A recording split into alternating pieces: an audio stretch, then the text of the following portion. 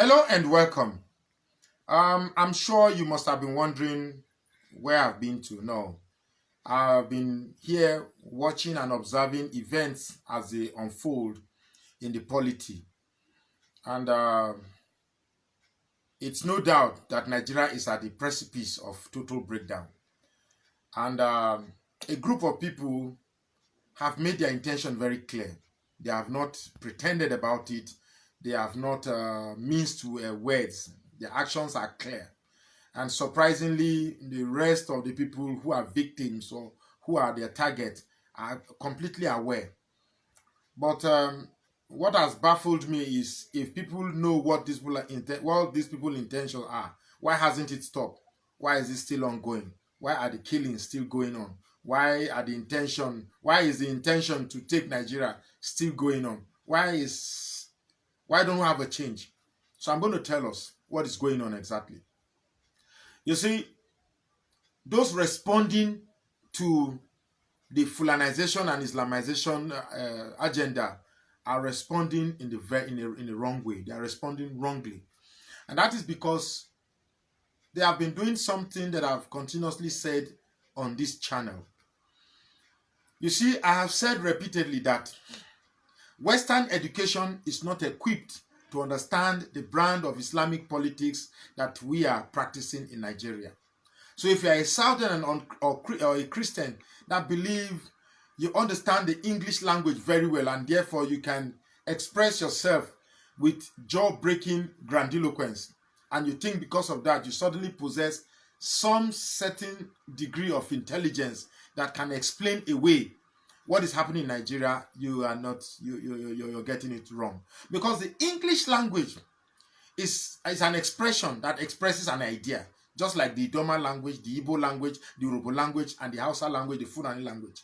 It's just a means to express an idea. That is what the English language is. So just because a Southerner can come and, express like, the current Nigerian polity, transcends the undulating capitulation that, surpasses a transmodal event. And because of that, we have to indulge some sort of cataclysmic catalyst. You see, when you speak like that, and a son of caliphate listens to you, you only excite him, and you become a form of amusement to him. They just look at you and they laugh. Shege, when the tamburu when you lie. Shege, kai, when the ya turenchi. Allah, bansan yaruga, mawawani. They acknowledge the fact that you can speak English in all forms of innuendos, but they acknowledge also that you are a fool. Because how can somebody be fighting a war with grammar? You're just fighting a war. Somebody is killing you. You come to a TV station and you see grammar. Grammar. We have spoken too much of grammar in the South. We must first have some degree of understanding and proactive measures to safeguard ourselves. And what is the solution to this? It's a very, very simple thing. It's a thing also that I've been saying here over and over again. Let me tell you what is happening in the South. It's like if you throw a chunk of bread to a chicken, of course the chicken cannot swallow that bread. The chicken has to pieces the bread into tiny chunks, and then it begins to pick each individual chunks to swallow. Is what they are doing to us. They come to the South region and they begin to pieces us. South, Middle Belt, Niger Delta, Southeast, South that, this, that. And then they begin to pick us one after the other. That is why you can have a crocodile tears in the so-called Niger Delta region. Then the Southeast region will say, well, it is not our turn.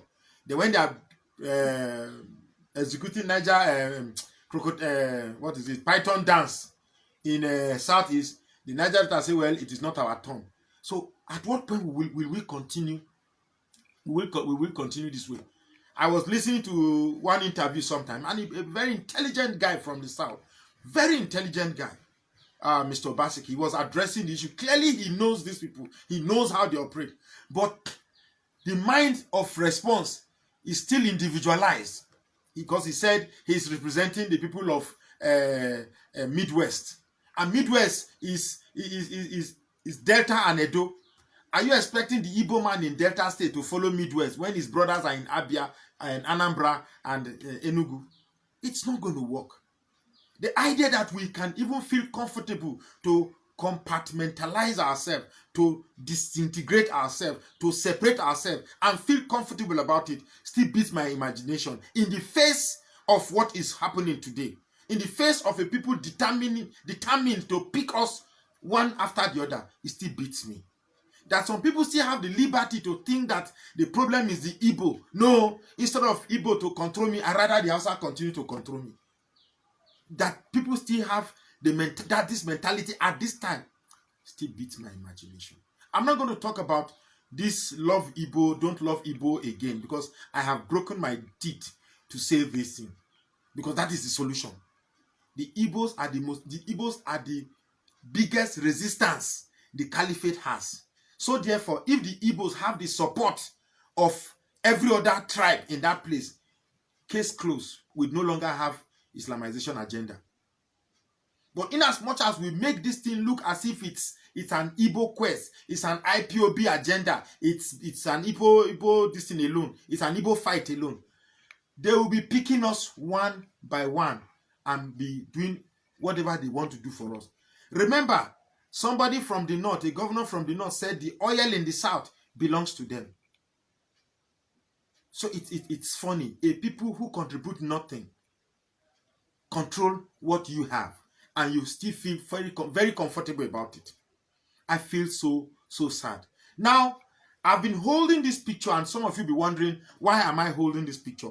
I want to tell you that Goodluck Ebele Jonathan, the immediate past president of the Federal Republic of Nigeria, I think opened the gateway to show me how very docile and stupid a lot of we Southerners are in the face of the might of the Fulani Caliphate.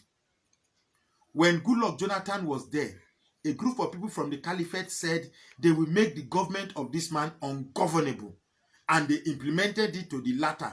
Rather than for us see the people, the real enemy, we channel all our energy attacking this man.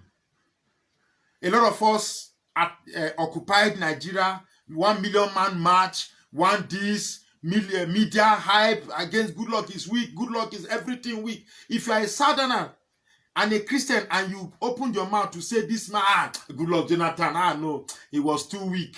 No, Goodluck Jonathan did not understand the meaning of commander-in-chief. The mistake you think was that you thought Goodluck was commander-in-chief. Goodluck has never been commander-in-chief of anything when he was president. Because you have a country where the setup and the constitution has been arranged such that only a northern president can influence anything. So when you were blaming Goodluck Jonathan, you were just exerting your energy at the wrong place. Because the reason is, now that you have a son of the caliphate in power, and things that motivated you, things that pricked you, things that nudged you to be responding and criticizing them, this thing, corruption, killings, and those things that nudged you, that made you react then, are worse than it was then now. How come are you not responding now? It shows the greatest depth of hypocrisy that is in you. Because suddenly you are settled and you are okay with what is happening. The same man that increased fuel by 10 naira and everybody went about occupying everywhere. Now the son of Caliphate came and increased that same thing that this man increased by 10 naira. He increased it 5 times over, and not a single individual did pim. Instead, we are saying, no, like some guys that I was with somewhere in Abuja, no, it is long overdue. It's long overdue. Now is the time we will see change. It's long. Complete hypocrisy. Let me tell you, that increment of fuel that a Southern man increased by 10 naira and a Fulani man increased it by 5, it clearly shows the power of the Fulani ahead of everybody. It shows that for every Fulani man, a Fulani man has 5 times more relevance than a Southerner. That is clearly what it showed.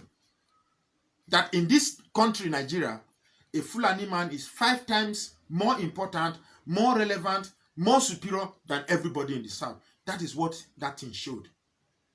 It clearly shows that when it becomes a southern president, we suddenly develop power. Where's Obi Ezekwesili? Where's Showore? Where's Wole Soyinka? Where are all those people? Where's Tunde Bakare? All those that occupied Nigeria, that demonstrated against Goodluck Jonathan. Where are they today? Now things are worse. Everybody is quiet because the might and superiority and dominance of the Fulani man is now in power. You dare not talk or you'll be killed. You had somebody who was human, who was willing to listen to you, who was willing to consider. When you demonstrated, he reduced the prices. You didn't. Oh my God. This is really, it's painful. It's really, really painful. So until we from the South or Christians in Nigeria begin to reason outside ethnic division and begin to consider the importance of holding hands to form a huge block, a big chunk of bread that will be too big for the chicken to swallow, a big chunk of bread that will be too difficult for the chicken to beak into and break apart, we will continue to remain indivisive, docile Southerners and Christians, susceptible to the divisive and dominant agenda of the caliphate.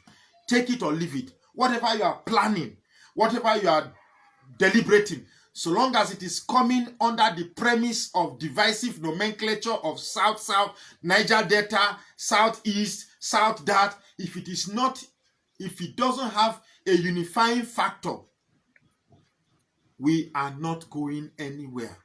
The only thing that scares the caliphate is that word, unity. Try it. Once there is any means that unity is developing in the South, it will scare the South. So where there is any form of unity developing in the South, it will scare the caliphate. So until we begin to head our mind, not a Mr. Obaseki that I was calling to tell about the need for us to unite and stop this Igbo, we do this, Igbo, we do that. The moment I mentioned Igbo, he switched off the phone. And I've been trying to get back, he refused to pick because I mentioned Igbo. And these are the people with a voice. These are the people will listen to. These are the people with bigger channel to speak. But they are individualizing their fight. And until you make this fight an encompassing fight that unites everybody to a big block, we will keep fooling ourselves. How hard is this message difficult to get into your head? How hard is it difficult to understand? If you are watching this video and there's a way I can see Goodluck Jonathan, I want to give Goodluck Jonathan a hug for being the greatest president we have ever had. Take it or leave it. It's not my opinion, it's the fact. It's the greatest president we ever had. A man who remained calm in the sight of betrayal, in the sight of hypocrisy, in the sight of outright hatred, in the sight of total blackmail. He remained calm and afforded a smile. A man who said, no single blood of Nigeria is worth his political ambition. That to me is the greatest human being you can ever have. So keep thinking the Igbo man is your problem, or IPOB is your problem, or keep individualizing your fight. Thinking you can fight. I mean, it's a laugh to think that somebody is projecting Midwest as a front for the caliphate, Edo and Delta. It's a laugh. It's a laugh. By the way, I am still a proud Urobo man. 100% Urobo man. Unadulterated Urobo man. Nobody can change me from that. But it's a higher intelligence, a higher understanding that is pushing me to understand that the only way we can form a formidable force is when I create alliances by my Igbo brothers, so that we come together, so that we become a big chunk of bread, a strong, impregnable chunk of bread that will be too strong for the fowl to scatter and eat. That is the only way we can win this battle. Thank you very much for listening.